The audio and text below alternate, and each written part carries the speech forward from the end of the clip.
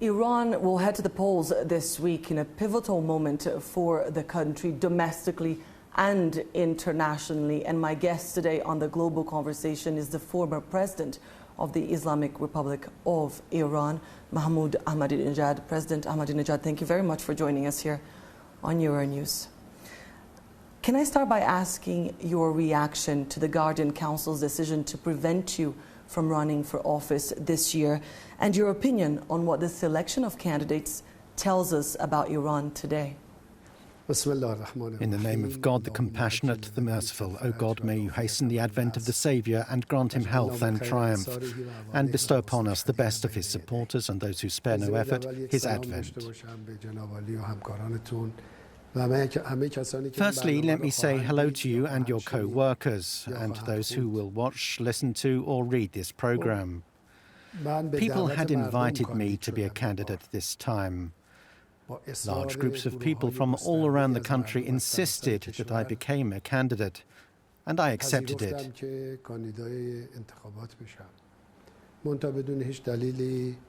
But without any special reason, I was removed. Today I feel a responsibility to support people's interests and reform the mechanism that caused the will of a majority of the people to be left out.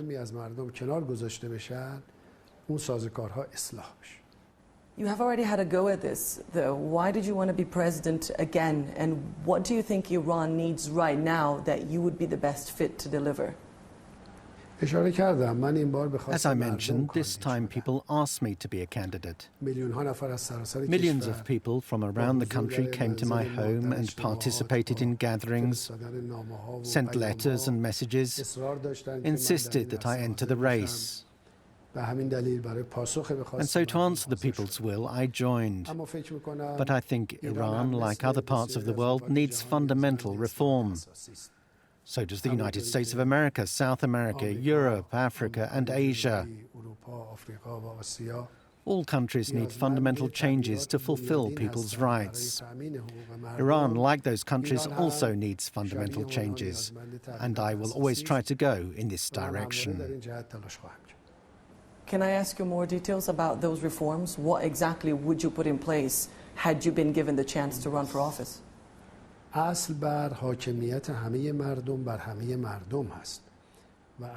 sovereignty belongs to the people. And the principle is that people should be completely free in determining their destiny and their lifestyle.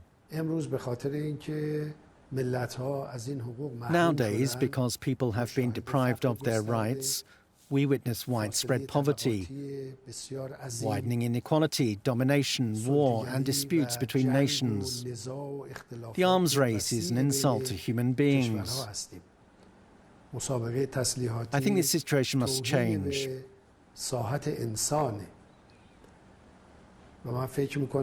God has created all human beings from the same principle. Our God is the same. We can talk to him in every language. We're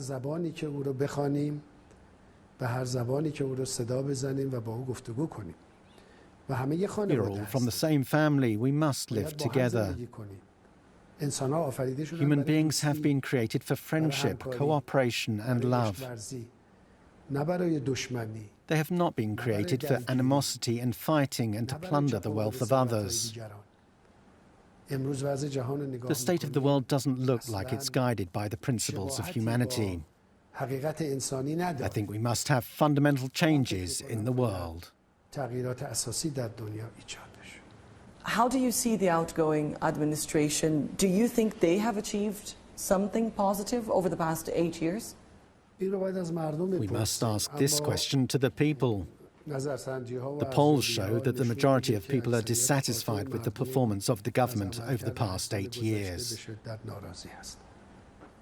As we speak, one of the biggest legacies of the Rouhani administration is once again being negotiated. I'm talking about the JCPOA. Do you think that negotiations should continue around the nuclear deal? به نظر من در این دولت بعیده که به نتیجه‌ای رسیده بشه. I believe the current administration is a long way from reaching a conclusion. If the JCPOA were to continue in its previous framework, it would fail in advance. In every agreement, the balance between commitments and responsibilities must be observed by both sides. We don't see this in the JCPOA. That's why it didn't solve our issues. It's complicated the situation and made it more difficult to solve. The JCPOA must follow international law, justice, and feature mutual respect. You speak about mutual respect. You also spoke about peace and progress. Those were some of the objectives of this deal, though. It's not like that. Let me give you an example.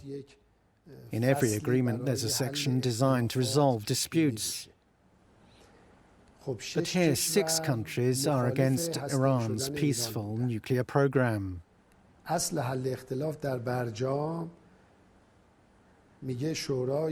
the JCPOA, dispute resolution must involve a council of 7 countries.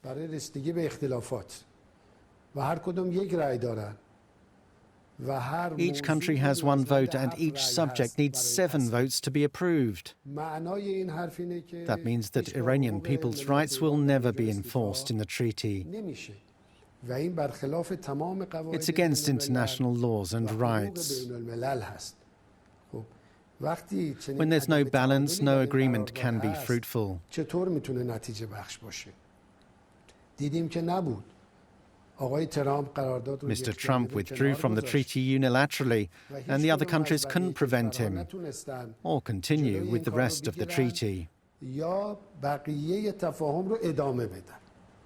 Do you feel as though the European Union, for example, has failed Iran when it comes to these negotiations, when it comes to attempting to try and bring the United States back to the deal? Let me tell you, we have a wish, but we don't know whether it's achievable. We would like the EU to step out of the shadow of the United States. Europe could have good relations with Iran, and so could the US. I believe cooperation is the main principle. The mechanisms of the last 100 years can no longer be maintained. I mean the framework in which some countries are superior to others. That period is over. We should talk and cooperate as equals with justice and mutual respect. No country should infringe on another's rights. This would be beneficial for all countries. I tell you that the world's condition is changing rapidly. Colonialism has reached its final steps. The tendency to believe some countries are superior to other countries is coming to an end. It's against humanity. We must move towards friendship, understanding, and equal rights. We must manage the world all together. The lack of balance between nations causes wars, arms races, social divisions, and animosity. It causes nations to be apart from each other. I believe that we must work together. We must be friends with equal rights. We are all human beings. Why are there differences between peoples? We like to have friendly and respectful relations with everyone, such as Europe and America, relations based on justice. Superpowers have never been able to ensure the well-being of the people. You talk about managing the world in a peaceful way and finding peaceful solutions. This is no easy task, especially with regards to how fast politics are changing right now in the dynamics of the region, but also the wider world. The US has now a new administration. Do you think that there is hope for perhaps a renewal of relations between the United States and Iran now that Joe Biden is president? حتما راه وجود داره. منتها شرطش اینه که Definitely there is a way, but the condition is that we recognize each other's rights. We must respect justice and mutual respect. Confrontation between countries is useless. People are the ones who lose. Only capitalist groups benefit. So yes, it's possible. But Mr. Biden must show that US policy has changed in a concrete way. As far as I know, US foreign policy is being determined by powerful people behind the scenes. And US presidents don't have as much power as we are made to believe. I hope fundamental changes happen there. We would welcome that change, and I think all nations would welcome fundamental change in US foreign policy. I remember when Mr. Obama was a candidate, he promised to change these policies several times, and nations welcomed that. But unfortunately, he didn't fulfill his promise and he missed the opportunity. I hope Mr. Biden uses this chance. I believe the educated elites of both countries will get together and solve the issues.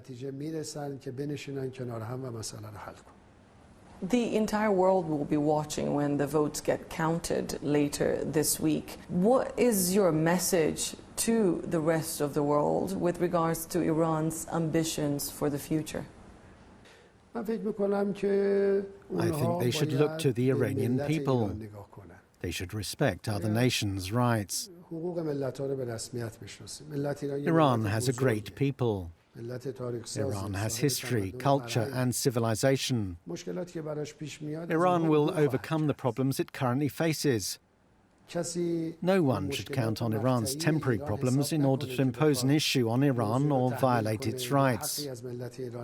They should pay attention to Iranians' capabilities.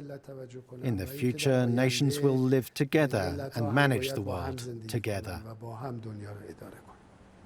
I've got one final question. Will you vote on Friday? I've announced that I will not vote if there is no change in the Guardian Council's decision, nor will I support anyone. President Mahmoud Ahmadinejad, merci beaucoup. Thank you very much for joining us here on Euronews.